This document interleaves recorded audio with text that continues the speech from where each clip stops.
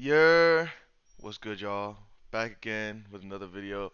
I'm your host, the one and only Dad Poppy, aka Los Courtside. Today's video is about why you might be depressed. Now, I know as young men and most people in society, things are not always what they seem to be. We're all fighting demons right now, and there's a lot of red pill rhetoric out there that is kind of addressing male depression and addressing the way that young men feel within society. I wanted to more so try to shed a light on why you might be feeling depressed. Because if you know where your depression is stemming from, if you can understand what is causing your depression, then you're at a better position to be able to do something about it. Now, I know obviously the clinical term of depression is a chemical imbalance that you have in your brain, but for most people that do have depression, a lot of us don't necessarily have the chemical aspect of it, but there are factors that are weighing on us that are making us feel depressed. And I think that this pyramid that Maslow's hierarchy is demonstrated on right here can really help start putting people in the right direction of whether or not they can address these things on their own by changing their behavior and their lifestyle, or if maybe medication might be needed, so on and so forth. So without further ado, let's get into it. So this is what's called Maslow's hierarchy of needs. So what is it essentially? It's basically saying what we as human beings in society require so that we can be self-actualized, so that we can have some type of modicum of happiness more often than not. Now, it's not a totally rigid definition of your hierarchy of needs because once again, it is going to be based off of more so what your needs are, but it can kind of give you a pretty decent guideline of where you're at and how you're feeling and are your needs being met at a certain level. So let's get into it. First, the base of this pyramid is the physiological needs. So that's basically before anything else, before you can worry about anything else, you got to worry about, do you have food? Do you have water? Do you have shelter? Are you able to sleep? If these things aren't getting met off a rip, you're most likely not even going to be concerned about anything else in this pyramid. Now, you might be, but more often than not, you're not even really going to be able to be in a condition to pursue those other needs because you're going to be so weak, you're going to be so tired, you're going to be so um, just depleted from not having any of these physiological needs that anything else on this pyramid is pretty much nil and void. So you want to be able to get that done first. These first three levels, by the way, are if you're lower than somewhat middle class, these needs are probably already getting met. But this is just to kind of break things down for you to understand the hierarchy and where everything is at in the place. So after that, you need your safety needs, your security, your safety. You need to know that where you're resting your head at night is safe. You need to know that when you're going outside, you're not going to be attacked. You're not going to get kidnapped. You're not going to get killed or anything like that. And that wherever you're at, you're relatively safe or you're able to defend yourself. If you don't feel safe somewhere, if you don't feel that you're secure in your own surroundings and in your own house, a lot of the times you are going to be in a very vulnerable state, and that's not a good way to go about life. That's not a good feeling to have, feeling weak, feeling vulnerable, feeling like you're not safe, and that is definitely something that you need addressed. And if it's not addressed, then that could very well potentially lead to you feeling depressed about not feeling safe, not having a stable household to be in, not having a stable job to finance your lifestyle, for you to have food on the table, for you to be able to get back and forth and to do certain things and to put clothes on your back. You need security and you need safety. So these first two levels are pretty much just our basic needs whatsoever. If you don't have those, everything else is kind of goes to the wayside.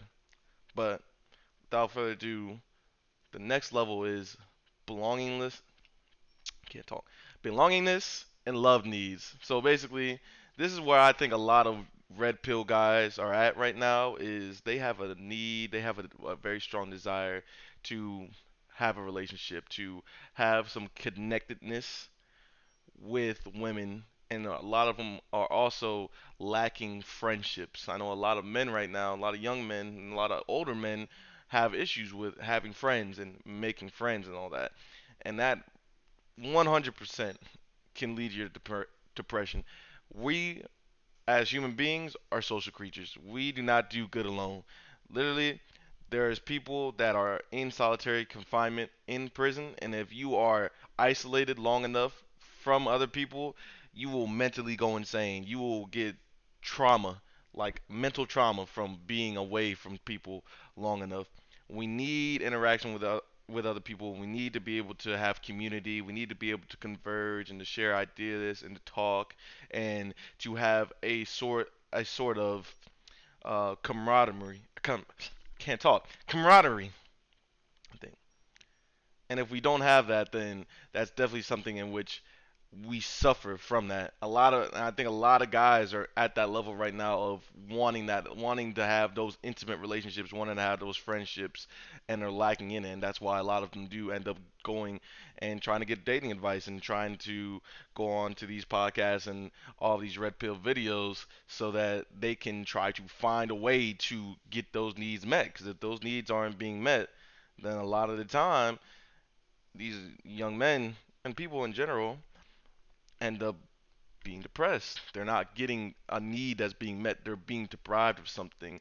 So for anything, these first four levels are pretty much your basic human needs. Like you need to have relationships, you need to have food, you need to have security and safety just to function regularly, just so that you are not at wit's end. And that's why I'm saying that it's good to look at this type of pyramid as just a representation of, dang, where am I at in life?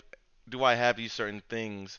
Are my needs getting met here? And if they're not getting met here, then at least you can understand that and try to take more agency in your life to address it. Whether that's working on yourself to be a better dating aspect, going out and being more social and trying to make more friends, whether that's getting your money up, which would be inclined in the safety needs or having safety security, being able to provide for yourself, being able to financially take care of your own, having food and water and shelter and a place to sleep. All these things, et cetera, all lead back into each other. So the bottom four are the the stepping stone. Those are just like your basis right there, which leads us into the next one, the esteem needs, which is your prestige and your feeling of accomplishments, and also your self-esteem itself. If you have low self-esteem, that can very easily lead to depression. If you feel worthless, if you don't feel like you're capable of accomplishing things, if you don't feel like you are someone that has worth within society, that can very well lead to depression, and it can definitely also affect you in other aspects as well. You need to have a good self-esteem so that you can appropriately act and so that you can treat yourself with the respect that you deserve. Because if you don't treat yourself with the respect that you deserve, you leave yourself open to be taken advantage of by your job, by people that you're in relationships with, parents, even random people off of the street. You have to know your worth. You have to have a good self-esteem. You have to understand that you as a person is worthy and you are someone that matters. And if you don't feel that, that can very easily lead you to feeling depressed, lead you to feeling less than, lead you to feeling empty on the inside. And that is something that's definitely, even though it's kind of higher on the pyramid, as in like the lower needs feel like they need to be met before, that's still something that's very, very important. And like I said before, guys, this is not rigid. It's not set in stone on, well, once this level is reached, then I only focus on this level. Then once that level gets reached, then I only focus on this level. It's more of just a representation of these are the different things that very heavily weigh on us and are affecting us on a day-to-day basis for what we need and how that ends up manifesting itself in our potential mental health. And so your esteem needs may be more impactful. They may have a big you have a bigger need for your self-esteem to be in a good place than you have to be in a relationship and to be in a friendship and to feel belonging to something. Maybe even more so than having security and safety, even though usually security and safety and food and all that, that's pretty the basis. Like most people can understand that for the most part. That's your basic stuff right there. But